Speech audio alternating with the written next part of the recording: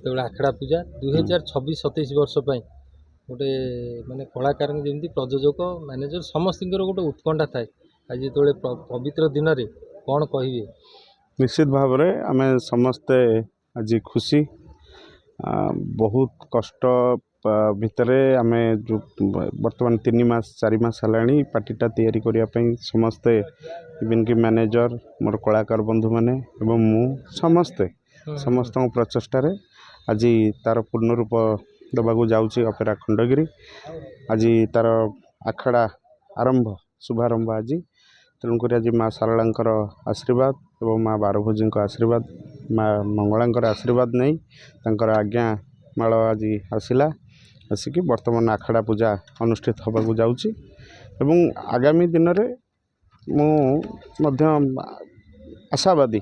मोर जी कलाकार बंधु मैंने अच्छा समस्ते सुरुखुर ये पार्टी की चलेबे एवं नाटक जहाँ जहाँ आम करूँ पप्पू ब्रह्मकर प्रथम नाटक आज रिहर्सल आरंभ हम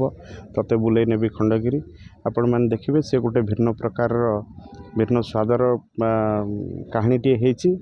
मु आशा करुच्ची से कहानीटी निश्चित भाव में सबू माने दर्शक मानकर मन को किणव एवं बहुत सफलता सहकार ये नाटकटी चलो बोली मु आशा व्यक्त करुच्ची। आज दर्शक थिले कमिटी भी मेंबर थिले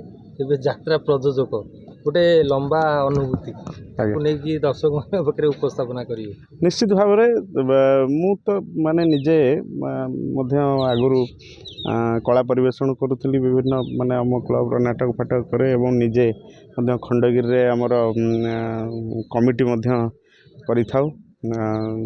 प्रत्येक वर्ष यात्रा जी दिन चले खंडगिरी यात्रा बोधे 12 दिन जाक ही मु यात्रा देखे 12 दिन जाक यात्रा पड़िया ही मु थाए तेणुक यात्रा प्रति मोर टिके दुर्बलता थिला निश्चित भाव में आगुरी कला प्रेमी जड़े निश्चित भाव में मत टिके माने कलाकार मान को देखले मत खुशी लगे निजे जो मु यात्रा मत बहुत भल लगे यात्रा देखापी तेणुक गोटे इच्छा थिला जीवन में गोटे अपेरा पार्टीटे करने आईटा आज संभव होगा जाऊँगी निश्चित भाव में भल पार्टीटे हम बोली आशा रखी निज प्रचेषा जी रही मो कलाकार मैंने जी मो सहित कोऑपरेटिव अच्छा मोर जे परिचालक अच्छा से भी बहुत भल जड़े परिचालक। आप अपेरा खंडगिरी कर खंडगिरी नाटा केमी चूज कले कि आप जत पार्टी खंडगिरी अपेरा खंडगिरी शुणु सबू पार्टीर ना मु तो जानी कौटा तुलसी होती कौटा धौली होती कौटा कोणार्क होती कौटा राजदरबार होती कौटा सिंह बाहिनी कि मुझे भितर बसिक चिंता कली जिते गोटे यात्रा पार्टी कर परिकल्पना करागला से मुझे चिंता कली जे यात्रार एंतुड़ीशाल कहले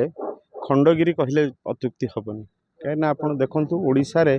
जेते जोठी यात्रा पड़ू खंडगिरी यात्रा टिके प्रत्येक दर्शक प्रति उत्सुकता थाए एवं खंडगिरी यात्राटा को समस्ते समस्त नजर में खंडगिरी यात्राटा थाए तेणुक मुझे देखिली जदि यहाँ नाटा मुझे दौचे अपेरा खंडगिरी यहाँ लोक मान द्वारा आदृत हम एक कथाटा भाविली एवं द्वितीय कथा है तो जेहेतु कलार एंतुड़ीशाल यात्रार एंतुड़ीशाल हूँ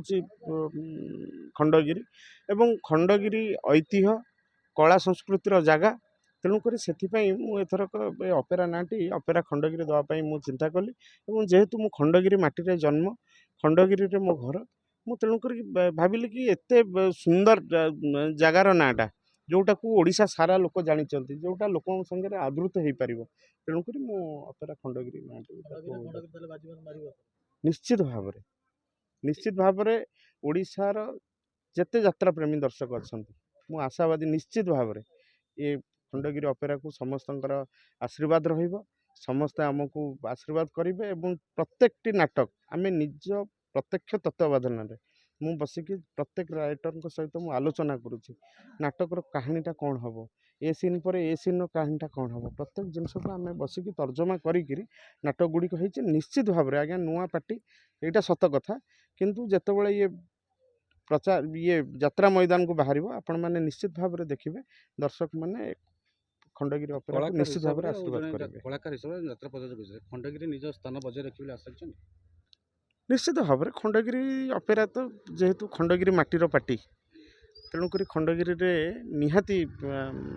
ଏଇଟା ବୋଧେ ଲିଙ୍ଗା ବାବୁ ଆମର ପରିକଳ୍ପନା ହେଇଥିଲା ଖଣ୍ଡଗିରିରେ ମନେ ଅଛି ସନ୍ତୋଷ ଭାଇ ଆମେ ସବୁ ଗୋଟେ ଜାଗାରେ ବସିକି ଚାହା ପିଉଥିଲେ ହଁ। ସେଠୁ ବୋଧେ ଏଇ ପରିକଳ୍ପନାଟା ଆରମ୍ଭ ହେଇଥିଲା ମତେ ଅନୁମାନ କରାଯାଉଛି ଯାହା ସନ୍ତୋଷ ଭାଇ ହେରିକା ଆମେ ବସିକି ଗୋଟେ ଜାଗାରେ ଚାହା ପିଉଥିଲେ ହଁ ସେଇଠୁ ବୋଧେ ଏଇ ଯୋଉ ଅପେରା ଅପେରା ଖଣ୍ଡଗିରିର ଖଣ୍ଡଗିରିର କଥା ସେବେ ଆମେ ବସିକି ଆଲୋଚନା କରିଥିଲେ ସେଇଦିନ ଠାରୁ ବି ମୋ ମୁଣ୍ଡରେ ଥିଲା ଯଦି ଅପେରା ପାର୍ଟି ଗୋଟେ କରିବି ତାହେଲେ ତାର ନାଁ ଦିଆଯିବ ଅପେରା ଖଣ୍ଡଗିରି ଯେଉଁ ନାଁଟା କି ସାରା ଓଡ଼ିଶାରେ ସମସ୍ତ ଯାତ୍ରାପ୍ରେମୀ ଏ ନାଁଟିକି ଜାଣିଛନ୍ତି ତେଣୁ ଖଣ୍ଡଗିରି କହିଲେ କାହାକୁ ଅବୁଝା ପଡ଼ିବନି ଅଚିହ୍ନା ପଡ଼ିବନି ତେଣୁକରି ମାନେ ଚିହ୍ନା ଜଣା ହେବା ପାଇଁ